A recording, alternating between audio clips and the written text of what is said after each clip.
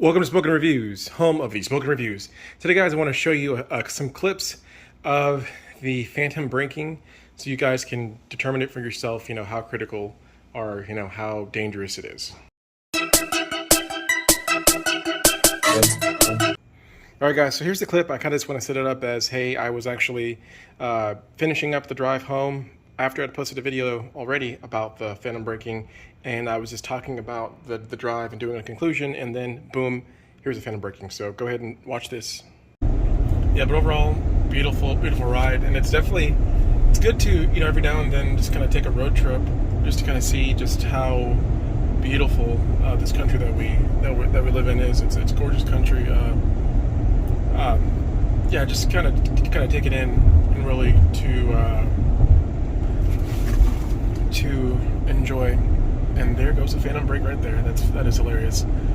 So if you guys can see that jolt, is what I'm talking about. Those are the phantom brakes, and it just happens randomly. It makes no sense. And let me play it for you one more time so you can see it again. To enjoy. And there goes the phantom brake right there. That is hilarious. So if you guys can see that jolt, is what I'm talking about. Those are the phantom. Yeah, guys, it's pretty bad, and it's pretty instantaneous. Out of nowhere, you're driving, and it feels like someone literally just slams on the brakes. It's very unnerving, and then I kind of talked about it yesterday in my other video, and that was just, me just kind of like ranting and just my raw thoughts at the moment. I didn't know that, within 30 minutes of posting that video, I would experience it again and actually capture it on camera. So hopefully for people who don't know what it is, this is helpful so you can kind of see, what it is. And really, it's all about how fast you can respond. So on one time yesterday, whenever I was driving and the phantom braking hit me, there wasn't a car behind me. So I just okay, let's see what's going to happen. So I went from 75 all the way down to 55, and then I was finally okay, let me intervene and hit the gas. In the clip that you saw, I was able to, kind of quickly catch it and hit the gas quickly. So I only went from 75 to 69, something like that, really quickly. But again, it's instantaneous, and it really, what it does is it kind of, it ruins the drive, and it ruins your sense of confidence in the drive, because at any moment, you're going to get a phantom brake. And there's really no, correlation. There's no like as you guys can see in the video, weather's fantastic, clear day. It was hot, so I will say, hey, maybe it's the heat. It's really a combination of these cameras, basically seeing something that they think is in a road and making an instantaneous decision to slam on the brakes. Now, in my 2019 Model 3 Long Range, this is before they got rid of the actual sensors themselves, so I had the cameras and the sensors. And again, my experience with that vehicle was, again, I drove 20,000 miles in 14 months with that vehicle. Yeah, I don't remember phantom braking happening more than less than 5 times over 14, 15 months, less than 5 times. On this trip back from Denver to Colorado, literally within every 30 minutes minimum. Sometimes it was within every hour, but within every 30 minutes minimum it was happening. So I kind of want to address some of the questions from the comments from the other video. So temperature outside, again, it's super hot. It was, the day started in the 75s, but it got all the way up to 109 whenever we were coming through Amarillo, Texas, and as we slowly got closer to the DFW area, it was pretty hot. So is the temperature causing it? Possibly. Is the heat off of the ground, making some type of mirage, and the camera thinks, hey, there's something in front of it? I don't know. It's possible. Was it raining? No, there was no rain. Was there anything in the road? No, nothing in the road. Was there another vehicle close by causing a shadow? No, there was another vehicle causing a shadow. It's just happening randomly. And guys, it's to the point where like on the ride, I was really developing a strategy and I was really thinking about, okay, what's the safest way to do this? Do I have to drive, on autopilot and cruise control with my foot hovering over the accelerator pedal?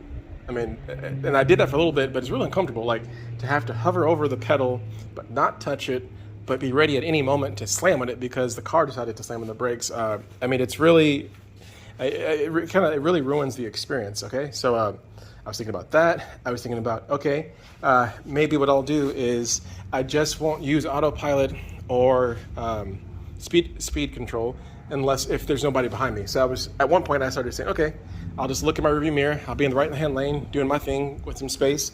If a car gets behind me, I'll basically, get out of it and I'll just drive myself.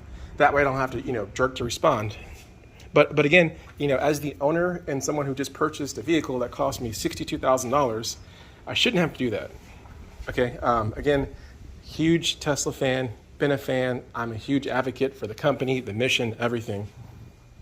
I'm only giving feedback because I want it to be better. So again, I'm not just somebody who's just talking trash to get views. No, I want to have a good conversation. I want the conversation to lead to something. Because I mean, honestly, it's ridiculous what's happening. Okay, guys, let's talk about how you can report this. So if you want to report it, you basically, when it happens, you hold down both buttons like this, and see if I can do it with one hand. Report bug. And then, so you'll see it, like the report bug comes up. Then you basically say like, report bug, phantom braking. Someone else left a really cool comment and an idea about making a separate profile for road trips where you disable the auto braking. So I'm going to do that, but I want to leave that again. Great comment. I really appreciate the comments because they make a huge difference for me, but also for the people out there who are looking at the comments. So thank you very much for that comment. So basically what you would do in the road trip profile, because again, this is happening mainly on road trips, not really in city driving, and maybe because I'm not really using the autopilot in city driving, but you'd go in here and you turn off some of the stuff. So like, the relative, so like, let's see, so forward collision warning, turn it off. Lane departure avoidance, turn it off. Emergency lane departure avoidance, I'm gonna turn off some of this stuff. Automatic emergency braking, gonna turn off some of this stuff, right? That way, and I'm gonna test this out, but based off of the comment and the feedback that I've seen, in this road trip profile, whenever I go on road trips, I'll basically, take the risk of driving myself, and basically I'll just have, one, I can just use the cruise control, without it, slamming on the brakes because I turned off those features. And two, I can use the autopilot and hopefully it's going to avoid the slamming on the brakes. So that's another possible solution out there. But again, it just sucks that if you're paying this much for a vehicle and you have the expectation that it's going to perform to what it says it's going to perform and it's not doing it, it's fair to be upset and frustrated. And I think that people that truly want Tesla to succeed and people that truly want the transition from, fossil fuels to electric vehicles, they want that to happen. They're going to, provide the tactful feedback in a productive manner to help the company. A lot of people also mentioned, hey, did you take the chance to do the camera calibration? No, I have not, but I actually did set an appointment. So on Friday, so in 4 days, I have a service coming to the house to look at the vehicle. I did put in that note because, again, brand new vehicle. I think the vehicle's only like, 5 weeks old. So yeah, it's really pretty ridiculous. But if you wanted to do that for anyone who wants to recalibrate it themselves, you basically go to service and then you go to camera calibration, and then you'll see a little warning, and it basically tells you, hey, this is really supposed to be used for like any type of like factory, installation of a new windshield or things like that. And it basically tells you that it could take up to 100 miles to fully recalibrate the cameras. And it also says, hey, if you go to the actual Tesla website, it'll actually tell you, hey, this is best done on like a multi-lane highway, so like a 3 to 5 lane highway with clearly marked lines. So again, I'm just putting that out there. I'm going to wait for Tesla to come and tell me what they see. I want them to do the diagnostics. I want them to check the cameras and see what's going on and what they see with their data.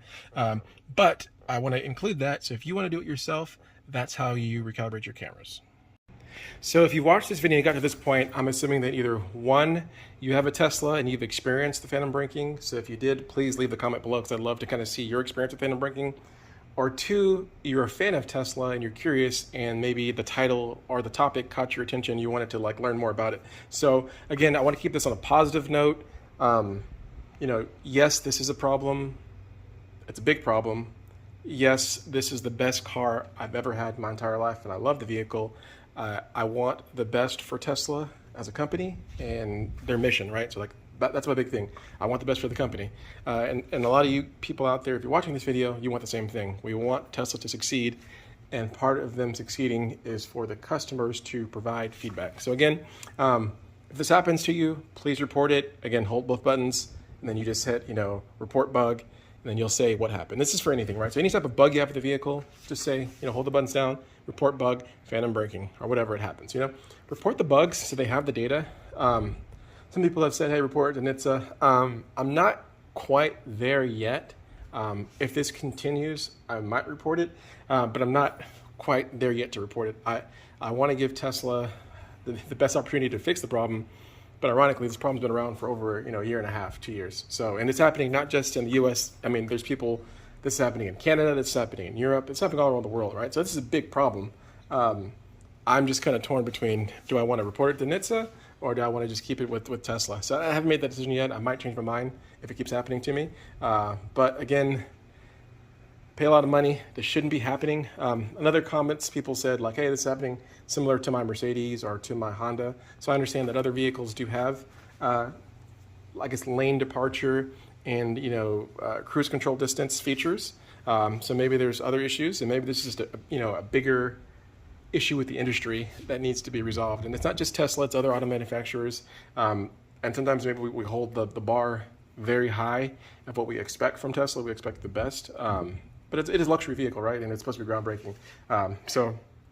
These are just my thoughts. Again, hopefully this video was helpful for people who have never seen it before, so they can kind of understand, hey, this is what you're dealing with. Or for people that, haven't and have experienced, imagine this happening every 30 minutes for a 12-hour road trip. It's horrible, right? And imagine having to try to, maintain a speed for hours and hours at a time without using cruise control. Because you can't use it because even though you've paid for it, it doesn't work properly, right? Pretty frustrating. But again, positive note, I believe that this will get fixed. I'm hopeful.